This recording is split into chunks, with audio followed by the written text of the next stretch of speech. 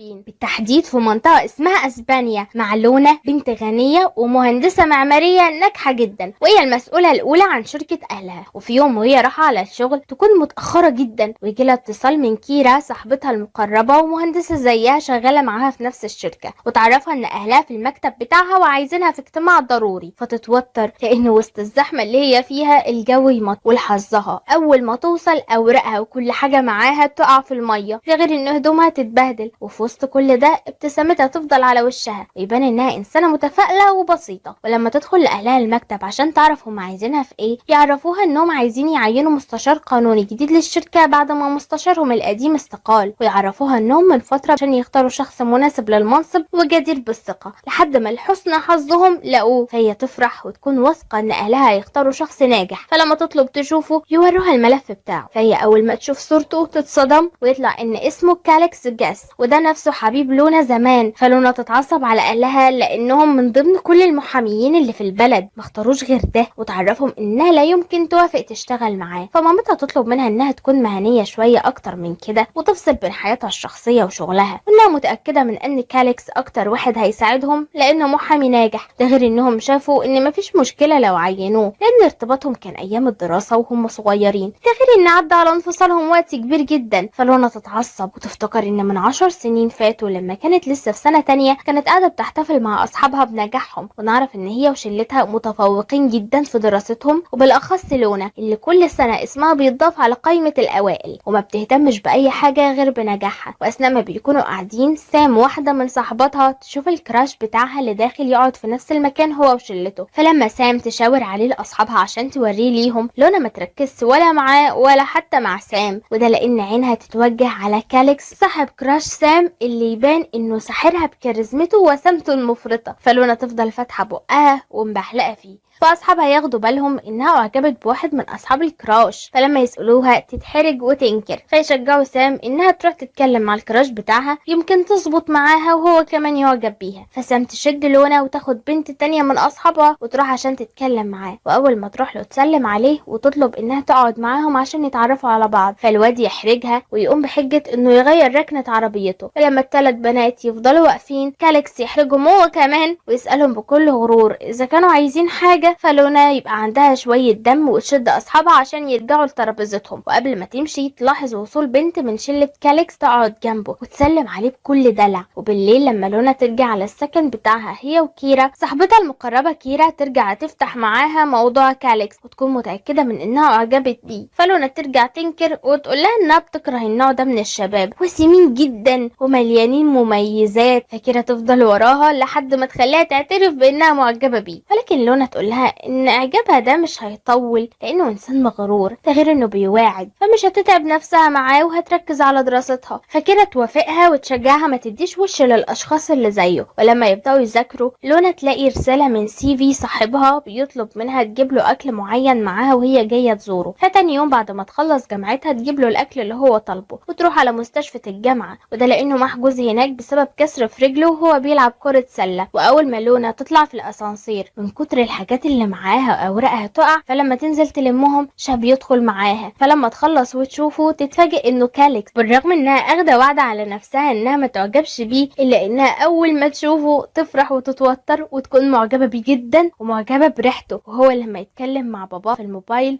تفضل تركز في مكالمتهم لحد ما تعرف اسمه. واول ما يسيبها ويمشي تكون طايره من فرحتها انها اخيرا عرفت حاجه عنه. ولما تروح لسيفي تديه الاكل وتطمن عليه، وبعدين تجري بسرعه تدور على اسم كاليكس على وسائل التواصل، ولكنها ما تلاقيش حاجه عنه. فلما سيفي يسالها بتعمل ايه تحكي له، وتفضل توصف له كاليكس وانه قد ايه وسيم، وتعرفه انها معجبه بيه. فيبان على سيفي الغيره وانه بيحبها، ولكن يجريها وما يبين لهاش زعله. ولما تمشي من عنده الجو يمط، فهي تقعد في مكان تستنى الباص بتاعها عشان تروح. واثناء ما هي قاعده كده تلاقي كاليكس هو كمان جاي يجري ناحيتها ويقعد جنبها يستنى الباص بتاعه. فتفرح قوي وتحس بعد الصدف كتير دي بينهم انها لازم تنسى وعدها بانها ما تعجبش بيه، تكون عايزه تفتح اي كلام معاه لكنها ما تعرفش. فالهبله تعمل نفسها بتتكلم في الموبايل وتفضل تحكي مع نفسها اي حاجه عايزه تقولها له، زي انها مش مرتبطه ونفسها تلاقي الشاب اللي تخرج تاكل معاه في جو رومانسي زي اللي هم فيه دلوقتي. وكل ده وهي مفكره نفسها ذكيه وانه مش هياخد باله انها بتلمح له، لكن ابننا يطلع فاهمها، وده على ان الحمارة بتتكلم في الموبايل بالمقلوب، ولما تاخد بالها تتحرج قوي ومش تسكت وتتلم، لا دي تقرر انها ترمي اخر شوية كرامة معاها على الارض وتكلمه بشكل مباشر بقى. ما هي كده كده خسرانة. وتعرفوا انها في جامعة بنيان، نفس الجامعة اللي قابلته في مستشفيات. لما تسأله عن جامعته يعرفها انه في جامعة قريبة جدا من جامعته. لما تسأله قسم ايه يعرفها انه بيدرس قانون. ولما يسألها عن قسمها تعرفوا انها في هندسة. وقبل ما تفتح معاه مواضيع تانية الباص بتاعها يوصل فتضطر تمشي. وبالليل لما تروح تحكي لاصحابها يقرروا انهم يساعدوها في انها تقرب منه بما انها طلعت واقعة قوي كده، ومن تاني يوم ياخدوها لجامعته علشان يساعدوها في انها ترجع تتكلم معاه. ولكن لما كاليكس يجي مع اصحابه تكون معاه نفس البت الدلوعة اللي بتتلزق فيه، فلونا تغير وتخاف انه يطلع مرتبط بيها في الاخر. فسام تهديها وتطلع انها سوسة قدرت توقع الكراش بتاعها اللي من شلة كاليكس واتصاحبت عليه، وتروح له وتعرفوا انها عاملة حفلة بالليل في شقته وتعزموا عليها هو وباقي شلته. فكلهم يوافقوا يروحوا باستثناء كاليكس اللي يرفض ويقول لها ان عنده حاجات اهم يعملها. وسام عشان لونا ما تزعلش تصر عليه وتعرفوا انها تستناه برضه في حالة انه غير رأيه. وبالليل لما تبدأ الحفلة الكل يحضر فعلا باستثنائه، فلونا تفضل زعلانة وده لانها سابت مذاكرتها وكل حاجة عشان بس تيجي تتقرب منه، وفي الاخر ما جاش. وقبل ما تتعصب وتمشي تلاقيه في وشها، فمودها كله يتغير وترجع لها الابتسامة المرسومة على وشها. وكاليكس يفضل طول الحفلة يذاكر ولونا تفضل تراقبه من بعيد، فاصحابها يشجعوها تروح تكلمه. فهي لما تروح له كل ما تسأله حاجة يرد عليها على قد السؤال، وفي الاخر يمشي ويسيبها ويروح لصاحبه. فصاحبه يكون تعبان ويطلب منه يروح يشتروا له دواء. فلما كاليكس يروح كيرا تناديله وتطلب منه ياخد لونا معاه، وده لانها هي كمان نازله تشتري حاجات ليهم. وفي طريقهم وهم راجعين تفضل تسأله اسئله، فهو رغم انه بيرد على كل اسئلتها ببرود الا انه يكون لطيف معاها. فلما تسأله بيجي جامعتها دايما ليه يعرفها ان باباه ومامته دكاتره في مستشفى الجامعه بتاعتها. ولما يجيله فضوله يسألها عن اسمها تفرح قوي انه بدأ يهتم بيها. ولما تقوله على اسمها بالكامل يشوف اسمها طويل فتطلب منه يختصره ويناديها بحبيبتي. ومن هنا نتأكد ان التقل ليه ناسه، وعشان تكمل باقي التقل تطلب حسابه على وسائل التواصل الاجتماعي فيديها اسمه وتضيفه ويبان عليه انه بدأ يستلطفها. ولما يمشي تجري وراه وتطلب منه يقبلها، فيعرفها انه هيفكر الاول وهيشوف اذا كان هيقبلها ولا لا. تاني يوم لونا تفضل ماسكه موبايلها وكل اللي يكون شاغل تفكيرها امتى كاليكس يقبلها. فاكره تهديها وتفضل تديها مبررات عشان تصبرها، لكن تكون زعلانه. فجأة كاليكس يقبلها فهي تفضل ترقص وتصرخ في صفها هي وكيرا وتبعت له تشكره انه قبلها. ولما يرد عليها تكون هتتجنن من فرحتها وتفضل تتكلم معاه طول اليوم. وعشان تعرف تفتح مواضيع اكتر تفضل تقرا عن تخصصه كتير من نفسها فاهمه في القانون. وهو عشان كاليكس فاهمها كويس وفاهم انها عايزه توقعه يفضل يزنقها بالاسئله، لكنها طول الوقت تلاقي لنفسها مخرج. تفضل تنزل صورها عشان تلفت انتباهه، وكل مره يعمل لها لايك تبقى هتموت من الفرحه. وبمرور الايام يتقربوا من بعض، وهو من وقت للتاني يروح لها جامعتها عشان يشوف، وغروره يبدا يقل معاها وكلامهم سوا يبقى اكتر. وفي مره لونا تشوفه منزل ستوري انه هيروح يسهر في مكان معين، فتلم اصحابها وتاخدهم يسهروا في نفس المكان على اساس انها لما تشوفه تعمل نفسها اتقابلت معاه صدفه. ولما تروح ما يكونش لسه جه، تبدا ترقص هي واصحابها. ولما اصحابها يتعبوا كل واحده فيهم تروح على مكان وهي تفضل واقفه لوحدها لحد ما واحد يجي لها يتقرب منها ويقف معاها، فهي عشان ما تحرجوش تجاريه. وفي نفس الوقت ده كاليكس يوصل ويشوفها ويتضايق قوي، فهي لما تروح له تكلمه ما يرضاش يرد عليها. ولما تصعب عليه ويرجع يكلمها يلاقي واحد تاني موقفها وبيحاول يكلمها، فالمره دي يسيبها ويختفي من قدامها، فهي تزعل وتفضل تشرب لوحدها. ولما اصحابها يتصلوا بيها عشان تخرج لهم يروحوا توافق، ومجرد انها تقفل معاهم تقع تفقد الوعي وتتفاجئ تاني يوم لما تصحى وتلاقي نفسها نايمه في بيت غريب عليها. ولما تخرج من الاوضه عشان تشوف بيت مين ده تلاقي كاليكس في وشها. ونرجع للحاضر ولونا قاعده مع اهلها وتكون لسه بتصر عليهم انهم يمنعوا توظيفه في شركتهم، لكن مامتها تعرفها انهم خلاص وقعوا معاه عقد وانه جاي كمان شويه عشان يعملوا اول اجتماع ليهم سوا. فلونا تتوتر لما تعرف انه جاي فتقرر تقوم تهرب قبل ما تشوفه،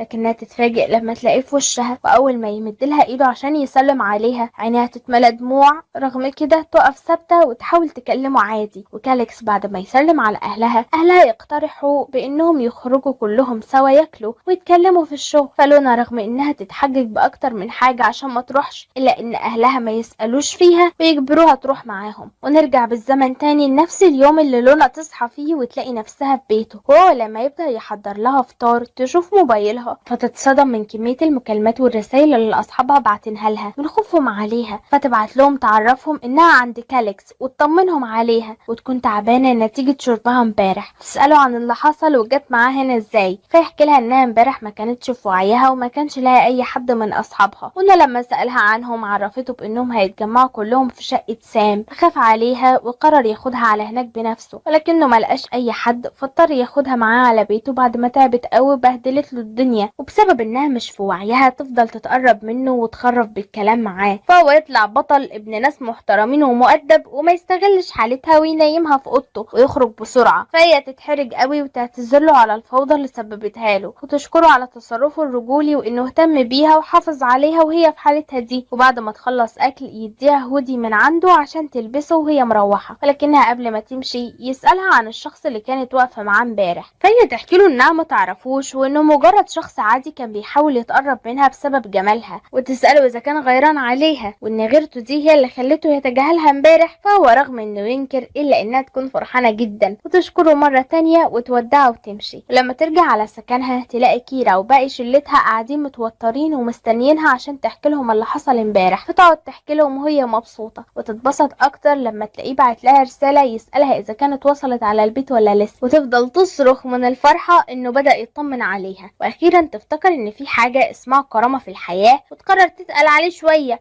وتطنش رسالته لحد ما تاخد شاور، ولما تخلص تلاقيه بعت لها رسالة تاني فتعرفوا انها وصلت، واول ما تسأله اذا كانت وحشاه يتجاهل سؤالها وما يردش عليها، فهي تفضل تدور بين اصحابه وتلاقي صور كتير ليه مع البت الدلوعة صاحبته، فيجيلها فضول تعرف ايه العلاقة اللي بتربطهم هما الاتنين ببعض وتتابعها عشان تراقبها كل شوية، وتاني يوم كاليكس لما يروح على جامعتها يلاقيها قاعدة مع سيفي فيتضايق، ولما يروح لهم لونا تعرفهم على بعض، ولما سيفي يمشي كاليكس يسألها عن مدى تقربهم من بعض فتعرفوا انهم اصحاب من الثانوي، ولما تسأله جاي جامعتها ليه يعرفها انه جاي يشوفها، فقبل ما تفرح يقول لها عشان ياخد الهودي بتاعه، فهي تقترح عليه يجي ياخده من السكن بتاعها وانها تطبخ له كشكر ليه على اللي عمله معاها، فلما يوافق تتحمس قوي وتفرح وتاخده معاها على السكن، ولكن تتفاجئ ان كيرا مش هناك فتغير هدومها وتحضر له الاكل، ولما تلاقيه لذيذ كده ومديها وش تحسها فرصة مناسبة بانها تتقرب منه اكتر، وتقرر تسأله عن نفسه، واول سؤال تسأله له اذا كان مرتبط، تعرفها انه ارتبط قبل كده مرة واحدة وكانت علاقة عابرة، فلما تسأله على ايمي البنت الدلوعة صاحبته يقول لها انه مش معجب بيها ولا معجب باي واحدة تانية، فلما تلمح له انها معجبة بيه يتضايق، فجأة كده يقرر انه يقوم يمشي، فلما تحاول تمنعه يقول لها انها بتسبب له التوتر ويسيبها، فهي ما تفهمش هو اتعصب ليه وتجري تحكي لكيرا، فكيرا لما تنصحها انها تنساه وخلاص لونا تعند، وده لانها حست انه كان بدأ يستلطفها وقرب منها، فتاني يوم تاخد كيرا وتروح على جامعته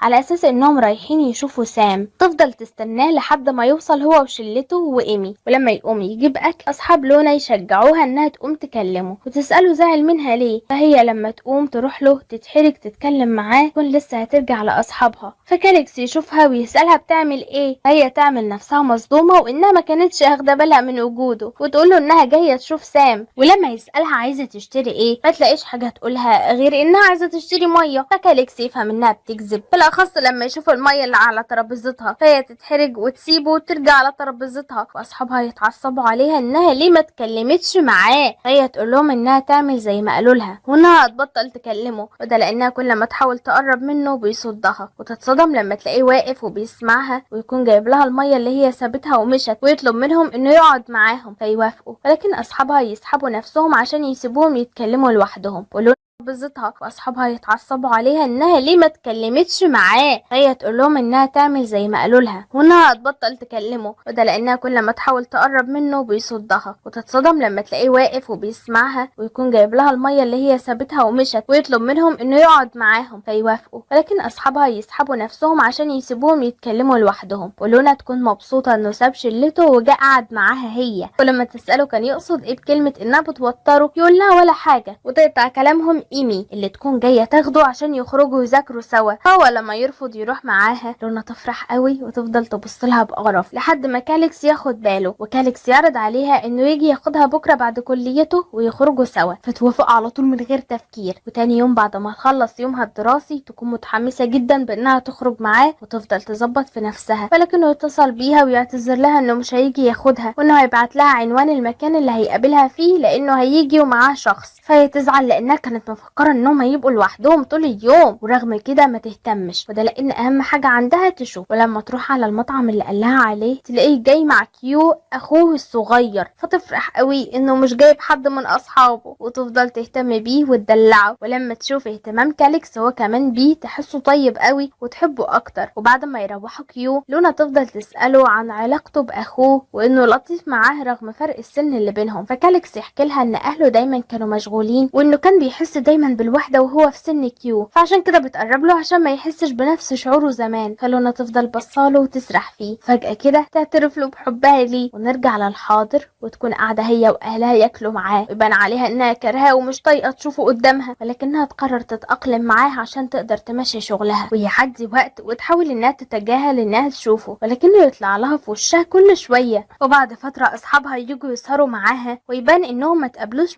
مشغولة بشغلها وحياتها الجديدة. ولونا تحكي لهم عن ظهور كاليكس مرة تانية، ولما اصحابها يقولوا لها انه اكيد عايز يرجع لها تقول لهم ان ده واحد مغرور واكيد كمل حياته من بعدها، وانه بطل يعني لها من بعد ما خانها زمان. لكن اصحابها يحسوها بتكذب وانها مش حابة شغلها معاه عشان مشاعرها ما ترجعلوش تاني. ونرجع لليوم اللي لونا اعترفت فيه بمشاعرها لكاليكس وهو يتصدم وما يردش عليها. هي لما تفوق من اللي هي قالته تعرفوا انها كانت بتهزر وتخاف لا يبعد عنها لو عرف بمشاعرها. فلما تروح تقابل كيرا يجي لها رسالة منه يسألها لو كان ينفع يذاكر معاها، فهي تفرح وتوافق على طول. وتاني يوم لما يروح لها على بيتها يبان عليه ان معاملته معاها متغيرة للأحسن وان هو كمان بيحاول يقرب منها. وفي الوقت ده الجو يمطر جامد وحركة المرور تتوقف، فالبجحة تعرض على كاليكس انه يبات هنا، فهو لما يوافق تصر عليه انه ينام في اوضتها بحجة انها بتثق فيه، فهو يوافق والاتنين يناموا وهم ماسكين ايد بعض. ويبان ان كاليكس هو كمان بقى عنده مشاعر ليها، وتعدي الايام عليهم وهم كل يوم يتقربوا من بعض اكتر واكتر، وكاليكس يتحول من شخص بارد كلامه قليل لشخص تاني بيبعت لها كل شوية ويفتح معاها مواضيع. ده غير انه كل يوم يروح لها جامعتها عشان يوصلها، وطول ما هو معاها ابتسامته ما بتفرقش وشه. ورغم كل ده لونا ما تبقاش فاهمة علاقتهم دي تحت مسمى ايه، هل هو بدأ يحبها ولا شايفها صاحبة مقربة منه وخلاص. فاصحابها يشجعوها تسأله وتجبره انه يحط لعلاقتهم اسم، فلونا تخاف لا تضايقه ويبعد عنها، ولا منها طول صاحب ولا منها حبيب. ولكن تاني يوم لما تروح له على بيته عشان تذاكر معاه قرر انها تفتح معاه الموضوع. فقبل ما تنطق تلاقي شلته ومعاهم ايمي داخلين عليهم، وايمي تبدأ تتكلم بطريقة وحشة مع لونا. فلونا لما تقرر انها تروح عشان تسيبهم لوحدهم كاليكس يرفض ويطلب منها تفضل معاه. وبعد شوية لما ياخدوا استراحة يقرروا ياكلوا ويلعبوا لعبة الصراحة. فلما يجي الدور على كاليكس ايمي تسأله سؤال معين من خلاله توصل للونا انهم مرتبطين بعلاقة جدية، فلونا تتضايق وتستأذن منهم انها هتمشي. ولما كاليكس يعرض عليها بانه يوصلها ترفض وتخرج من عنده وهي بتعيط وتكون مقررة ما تجريش وراه تاني. فلما يخرج وراها عشان يفهمها يلاقيها اخدت تاكسي ومشت. تاني يوم سام تعمل حفلة كبيرة لعيد ميلادها وتعزم فيها الكل، ولونا لما تبدأ ترقص وتضحك أصحابها يستغربوها ويكون فاهمين إنها بتمثل الفرحة عشان تثبت لهم إنها تخطيته. وفجأة كاليكس يدخل مع أصحابه وإيمي، فلونا تجري تقف مع أول شاب يقابلها عشان تبين له إنه مش فارق معاها وإنها بتواعد هي كمان. وكاليكس لما يشوفها واقفة مع الشاب ده وبتقرب منه يسيب الحفلة ويخرج، فهي تتضايق وتخرج وراه. ولما تسأله خرج ليه يتعصب عليها ويطلب منها ما تتكلمش معاه، فتوقفه وتسأله بتتصرف كده بناء على ايه، واللي دايما تصرفاته مش مفهومة بالنسبة لها. مرة يعملها كويس جدا لدرجة انها تحس بانها حبيبته، ومرة معاملته تختلف وتحس انها صاحبته المقربة وتبدأ تعيط وتقوله انها في الاخر اكتشفت انها بالنسبة له ولا اي حاجة من دول، وانه طلع مرتبط بإيمي وكمان جاي معاها على الحفلة. ولكنها اللي مش فاهماه دلوقتي هو ليه حس بالغيرة وخرج لمجرد انه لقاها واقفة مع واحد تاني. فكاليكس يهدى لما يلاقيها بتعيط ويعتذر لها ويأكد لها ان هو وإيمي مش مرتبطين وانهم اصحابه بس، وانه لو بيهتم بيهتم فعلا بحد فهو بيهتم بيها هي وبس، ويقول لها انها لو عايزة اسم لعلاقتهم فهو عنده اسم ليها، ولكنه الاول هياخدها معاه لمكان معين فتوافق. ولما تروح معاه تلاقيه اخدها البيت كبير ويعرفها ان مفيش حد عارف بمكان البيت ده غير اهله وهي، وان اهله هيهدوه البيت ده بعد تخرجه، وده لانهم عارفين مكانة البيت ده عنده. ويحكي لها ان كل لما بيحس بالزعل او التوتر بيجي هنا، ولكنه جاي معاها النهارده عشان يعترف لها بحبه وانه ما بيحبش اي حد تاني غيرها. فلونا من فرحتها تفضل تعيط وتعترف له انها بتحبه هي كمان. ونروح للحاضر وابو لونا بيعرفها ان في عميل مصر على انها هي اللي تصمم بيت، ولما تستنى العميل عشان تجتمع معاه تتفاجئ ان العميل هو نفسه كاليكس، ويكون عايزها تظبط نفس البيت اللي اعترف لها فيه بالحب زمان. فهي ترفض، ولكن بعد اقناع من ابوها توافق عشان تظهر مهنية وتخرج معاه على عشاء بره عشان يتكلموا عن الافكار اللي هو عايزها في بيته. ولما يقول لها على اللي هو عايزه ترفض، وده لانها شايفاه شخص بيسعى للكمال وصعب انها ترضيه. ونرجع تاني لكاليكس ولونا زمان لما قرروا الاتنين انهم يبداوا يتواعدوا ويعرفوا الكل، فاصحابها يفرحوا لها جدا انها اخيرا بقت معاه، وكاليكس ينسى كاريزمته ويعكسها قدام اي حد ويهتم بيها، وحياتهم تبقى ورديه جدا لدرجه انهم يسافروا الاتنين سوا لوحدهم في نهايه الترم ويفضلوا يتصوروا ويلعبوا ويحبوا بعض كتير جدا، ويوم ورا التاني يفهموا بعض وحبهم يزيد. وبعد كام يوم تخلص رحلتهم ويرجعوا على الجامعه، ولونا تكون مبسوطه جدا بالوقت اللي قضيته مع كاليكس. على الجنب التاني يبان ان كيرا على ايدها كدمات، واول ما تشوف لونا تخبيها، ولونا تلاحظ انها متغيره وهاديه على غير عادتها. حتى باقي شلتهم يكونوا ملاحظين ان كيرا مخبيه عنهم حاجه ويتفقوا يستدرجوها في الكلام اول ما توصل، لكنهم يتصدموا اول ما تيجي، وده لان يبقى معاها شاب زميلهم واللي هو جورج، وتعرفوا منها ارتبطت. فكلهم يتصدموا، وده لان ابو جورج سياسي كبير وبيشتغل في اعمال كتير مشبوهه، ده غير ان جورج نفسه معروف بانه صاحب مشاكل ومتنمر. فيستغربوا ازاي كيرا وافقت انها ترتبط بشخص زي ده. واول ما جورج يمشي اصحابها يحذروها منه ويطلبوا منها تنفصل عنه بسرعه، فكيرا تتعصب عليهم وتطلب منهم انهم ما يدخلوش في حياتها، وانها ساعدت كل واحده فيهم بانها توصل للي بتحبه من غير ما تذكر عيوبه او تحكم عليه. ولما اصحابها يحاولوا ينصحوها ويفهموها بهدوء تبدا تغلط فيهم وينتهي نقاشهم بانهم يتخانقوا خناقه كبيره سوا وتسيبهم وتمشي. فلونا والباقي يستغربوا هي بتعمل كده ليه، وانها اكتر واحده مسالمه وبريئه فيهم. وفي الحاضر لونا تروح على مكتب كاليكس عشان شغل، ولكنه ما يكونش هناك، وتلاحظ ان على مكتبه مج معين، فاول ما تشوفه تتصدم. ونرجع للماضي وهو بيعرفها انه هياخدها على نيويورك عشان يقضوا اجازه راس السنه سوا. فهي تفرح جدا، ولكنها تطلب منه انه قبلها لازم يجي يتعرف على اهلها ويستأذنهم بنفسه، فيوافق. ومن تاني يوم يروح يقابلهم، وباباها لما يتكلم معاه يلاقيه شخص مسؤول ومثقف وجريء وصادق،